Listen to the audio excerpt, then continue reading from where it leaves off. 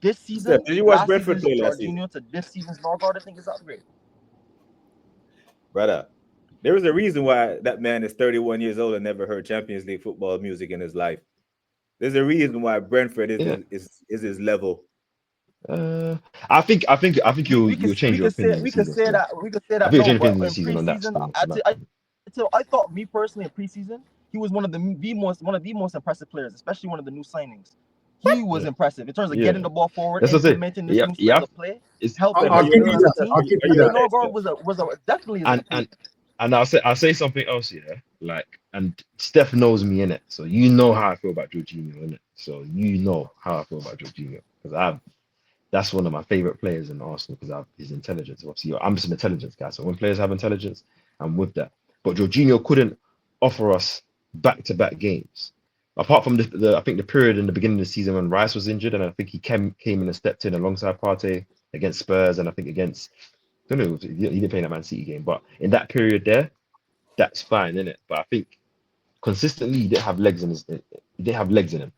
He's a better player than Norgard. I don't think that's a dispute, but I think you have to think about it like this year. If we can allow Zubimendi to not have to play or start 50 games in a season because he's fit and available, because you can't drop him in certain games and rotate because the guy that's on the bench either is not fit and available or is not able to play, then that changes your whole perception come towards the end of the season when we're wanting us to be in those final games and in those semi-finals and quarterfinals and title runs when these guys are a bit more fresh. I think that's just what it is. And Norgard is a simple guy. He can cover What game was distance. he good in? The Villarreal first half game, Brother, in the my opinion. Villarreal game, he was the first sub hooked at halftime. He was the only player hooked at halftime against Villarreal. He was I, good. I think it's a bit harsh to look at subs in preseason when you have to get Nah, minutes brother. into a lot of players. I don't think anyone gets hooked. I think it's more rotated. Do you know what I mean? Because even when Yeri came off, I think Ben White came off in that game as well for Mascara. I don't think he got dropped or hooked. I just think he got rotated. Ben White didn't start against yesterday. I don't think he got dropped or anything. If he starts against United, I don't think Timber gets dropped either. I think it depends how you're looking at it still. Let me ask you guys a question then. Yeah, is Norgard good enough to win us a title? No. He's No. not gonna start enough games for As us a to win the title. Yeah. starter, no, but as bench cover, we just talked about the No. I reasons think why. No. I think I think I think again when this is we looked at not having Partey. Now go through KP, go through.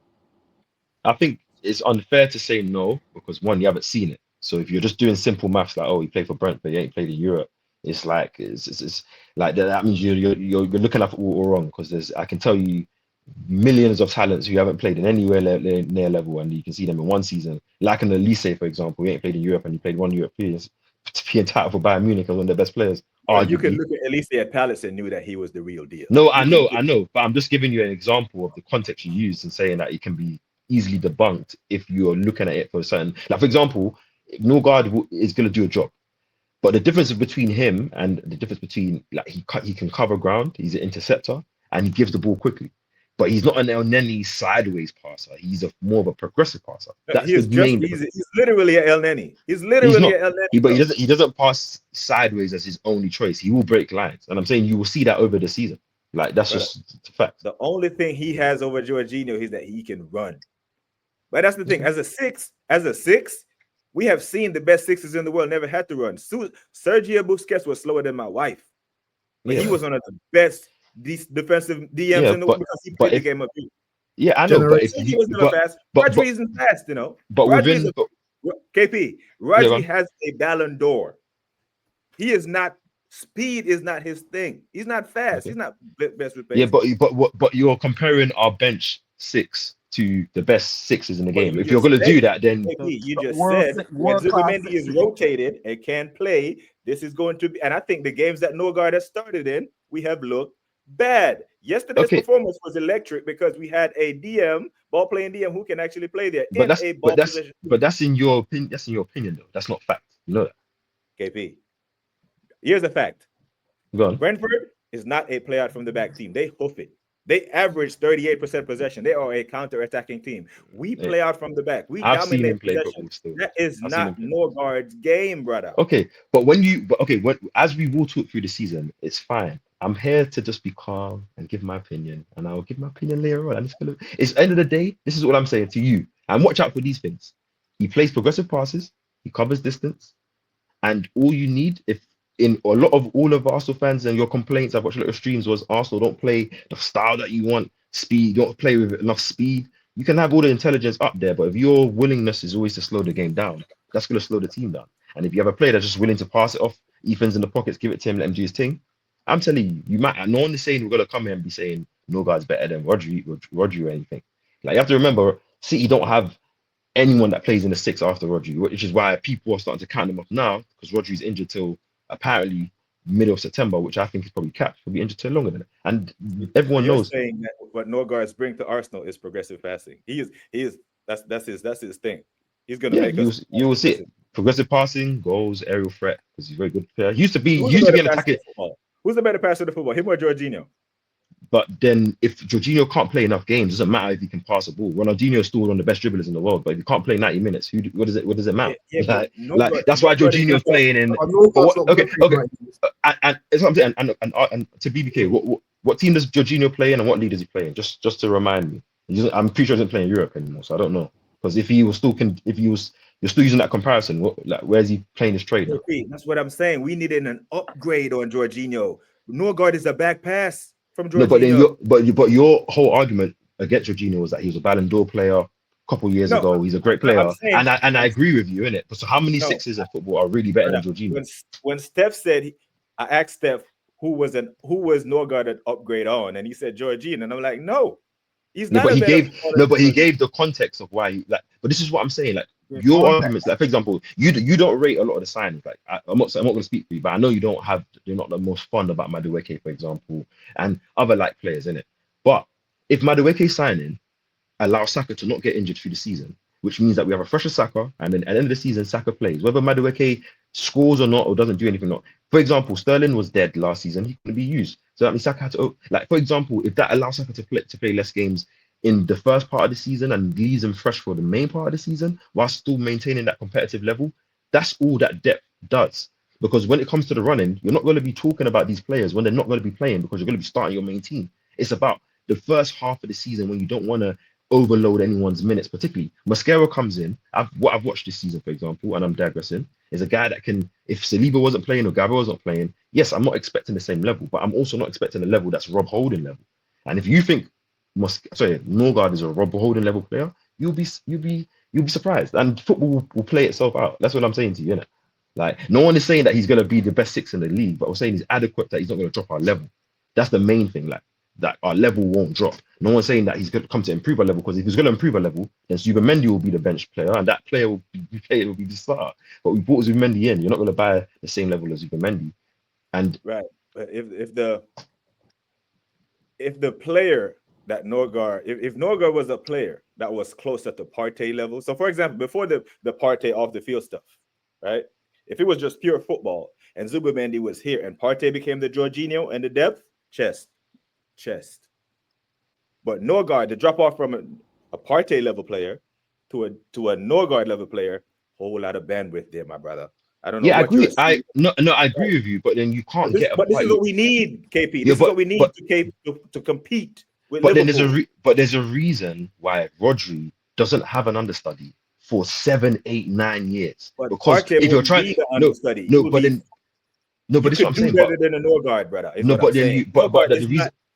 reason Partey never made sense to me for us to keep. Yeah. Apart from the name brand of it, we have to look at the stylistic aspect of it.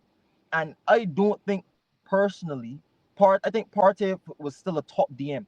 But in terms of progressing the ball forward, playing the type of football we're going to need to be improved and play like a PSG and get better and challenge the PSG or Barcelona, all these teams that can score 3, 4, 5 goals when they want to, is playing that ball quicker, especially through the lines. And I think Norgarrd is the answer to that. I think we've downplayed Norgarrd's ability to do that. And I think stylistically this team is going to change. And yes, Partey could have been good in it, but getting a player like Norgarrd is not as much as a downgrade as you're making it. Like KP mentioned, the progressive passing is one of the biggest things I took away from his game of preseason, and especially winning the ball back. Yes, I don't think he's Zubimendi level. He's not as good as Zubimendi. But if we're playing a Sunderland, or we're playing a mid-table team, and we have to rest the team going into a Champions League tie, I expect our level to still remain somewhat competent, especially with the players around we're going to build with. That's all Bro, I'm saying in terms of the upgrade. two In games, terms of the on a two games Norgards that and we looked the Jorginho worst system. in, the two games that we looked the worst in the preseason were the two games Where's that two Norgard games? started in the 6. Where's two games? Norgard started against Where's two AC games? Milan in that first game. Now I said the two Yeah, worst Arsenal. games we looked in was the So I was Villarreal gonna and the say, Tottenham game.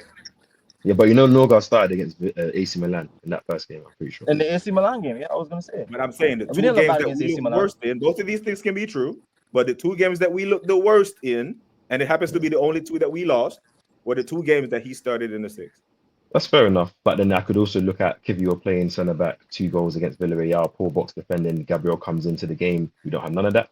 Could be a factor. Also look at Lewis Kelly, couple mistakes playing in Calafiori plays yesterday, a bit more mature. Obviously, that could be a factor. I'm not saying that Zubimendi isn't a factor. That's not what I'm arguing because we're kind of arguing the same point. I think to keep a Partey, you would have to pay him 250k for a bench player. Makes no sense. Okay. Havertz is about So to be a bench player making 280. no, What you no, saying? no, but I'm saying to keep him because you had an option to lose him for nothing and then Okay, pay keep him. him to stay. You keep him and you let Sambila Kanga go, brother. Okay, but then what happens then when Partey now plays and then his natural injury history, forget all the stuff off the pitch, his natural injury history that's only was an anomaly last season comes into play and then he's injured now and then Zubimendi can't play and then we have no one that can be available. Then what Now would you you still say have then? No, what would you say then? Would you say, do you know what? Fair enough, you gave him the money. Do you know what? You just have to deal with it. Hey, Lewis Kelly, hold that DM or Rice or something. Or would you then be like, do you know what? You shouldn't have done that. That wasn't the most smartest of things, thinking about things long term, giving money or 3-year contract to a player that has only had one full season of playing the whole season. Like, forget all We've that done stuff that with on the Tommy pitch. though as well. We've done that Huh? with Tommy. We've Yeah, done but that that's why with Tommy, but Tommy doesn't play for our team anymore. So clearly the club's changing their approach. But Hayes Do you know what I mean? still in.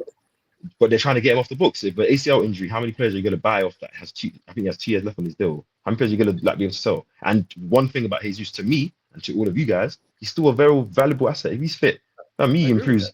he improves any other team. So Arsenal shouldn't I be agree just with cutting that. I ties think with he's better Jesus. than us. Should be trying to sell him for some bread if they're going to sell him this summer. But I doubt they're going to be able to sell him because, as you're saying, he's recovering from an injury. The whole uncertainty thing. That's besides the point. But I agree with you, BBK. I'm not saying like I'm not here to say like Norgard is the truth in it. I'm just saying like my main thing is that if in the certain positions in a team that is hard to employ someone that's the same